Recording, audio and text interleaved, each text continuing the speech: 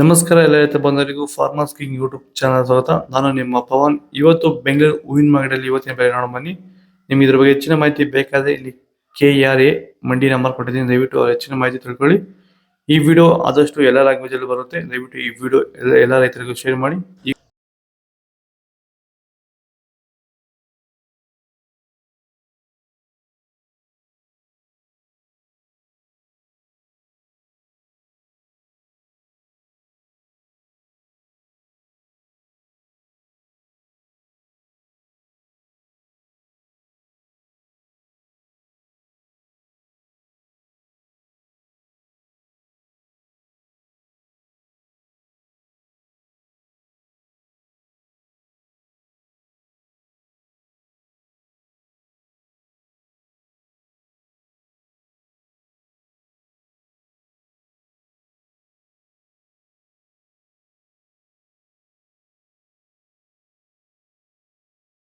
ಈಗ ಈ ಒಂದು ತೋಟಕ್ಕೆ ಎಸ್ಪೆಷಲಿ ನೀವು ಸ್ಟಾರ್ಟಿಂಗ್ ಇಂದ ಏನು ಮಾಡಿದ್ದೀರಾ? ಈ ತೋಟ ಇಷ್ಟು ಚೆನ್ನಾಗಿ ಮೇಂಟೈನ್ ಮಾಡಿದ್ರೆ ಏನೇನು ಮಾಡಿ?